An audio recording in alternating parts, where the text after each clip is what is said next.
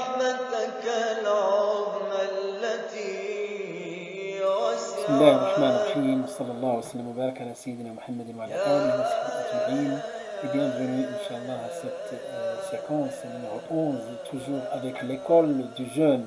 Maintenant on le dit avec conviction et Inch'Allah ta'ala on va voir maintenant qu'on a vu la dernière fois les prérequis pour accéder à cette école, sa durée, son début, son objectif, etc.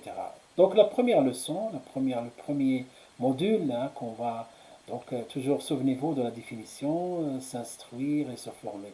Première chose à travers le jeûne qu'on va étudier et qu'on va entre parenthèses et qu'on va autour de laquelle on va s'instruire, c'est la spiritualité.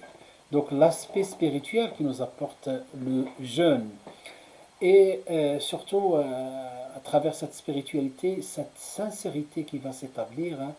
Donc petit à petit, cette sincérité qui va se réformer en nous, Inch'Allah Ta'ala.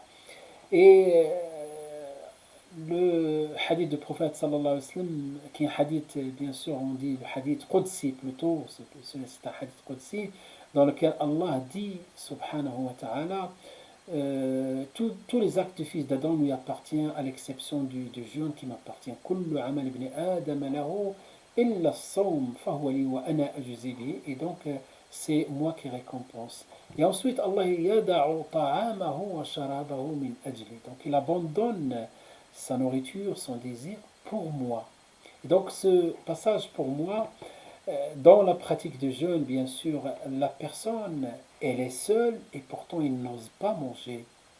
Elle est seule et elle est fatiguée, elle a soif, il n'ose pas boire. Pourquoi? Parce que même si personne ne la voit, il a le sentiment de Ar-Raqib, le nom d'Allah subhanahu wa ta'ala, le tout observateur. Il l'observe. Et petit à petit, donc, il se peut que la personne, des fois, il va faire des péchés, il va mentir. Il sait très bien, donc, que c'est un péché, et pourtant, il y a des moments de faiblesse, comme l'a dit le prophète sallam. La yasriqu as-sariqu wa huwa mu'min. Le voleur ne vole pas en ayant la foi, en étant croyant. Donc, à ce moment-là, la faiblesse de la foi. Mais le jeûne, à aucun moment, on va rompre et on va reprendre. Pourquoi?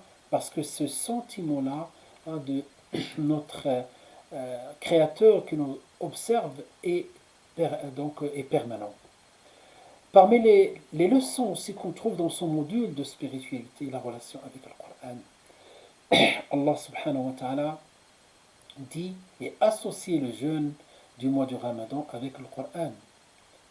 شهر رمضان الذي أنزل فيه القرآن هدى للناس وبينات من الهدى والفرقان.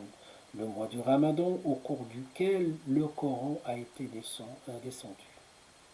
Donc cette association entre le jeûne et le Coran, on la vit au quotidien. On rentre chez nous, donc on trouve le Coran et on ouvre peut-être même de temps en temps nos réseaux sociaux et on trouve alhamdoulilah de partage autour du Coran. Le soir aussi, même pendant cette période de confinement, on trouve des gens qui font du tarawih à distance, donc on vit le Coran. On vit le Coran et c'est quelque chose qui est bien sûr lié aux jeunes, les tarawih, la lecture du Coran, les programmes, les objectifs, les défis qui sont lancés sur les réseaux sociaux autour du Coran, tout ça au service du Coran, et tout ça pour vivre un moment intense et intime avec le Coran. Et c'est dans ce sens-là qu'on comprend le hadith du prophète sallallahu alayhi wa sallam lorsqu'il dit sallallahu alayhi wa sallam Al-Qur'an والصيام يشفعان لصاحبهما يقول الصيام أي رب منعته الطعام والشراب والشهوة. Le jeûne, je sais que vous avez déjà entendu ce hadith-là, mais on va faire comme c'est la première fois qu'on l'entend, Inch'Allah Ta'ala, pour vivre avec ce hadith du prophète sallallahu alayhi wa sallam. Le jeûne intercède en faveur du jeûneur. Il dit, Seigneur Dieu, je l'ai empêché de manger, de boire. Imagine-toi, le jour dernier, et ton jeûne en train d'intercéder en ta faveur. Seigneur Dieu, je l'ai empêché d'avoir ces relations intimes. permets-moi d'intercéder en sa faveur. Le Coran vient aussi en- pour plaider en ta faveur au moment où personne, tout le monde va te délaisser pendant ces moments-là. Chacun de nous, chacun pour soi. Et le Coran, il vient pour plaider en ta faveur parce que tu as pris du temps, parce que le Coran t'empêchait de dormir. Il vient en disant أي رب منعته النوم بالليل فشفعني فيه. Seigneur Dieu, je l'ai empêché de dormir, permets-moi de... Et accepte mon intercession en sa faveur. فيشفعان فيشفعان. Et donc vous voyez mes chers frères et sœurs, cette relation, donc cette deuxième leçon, donc on a vu dans le module de la spiritualité, la première leçon c'est la sincérité.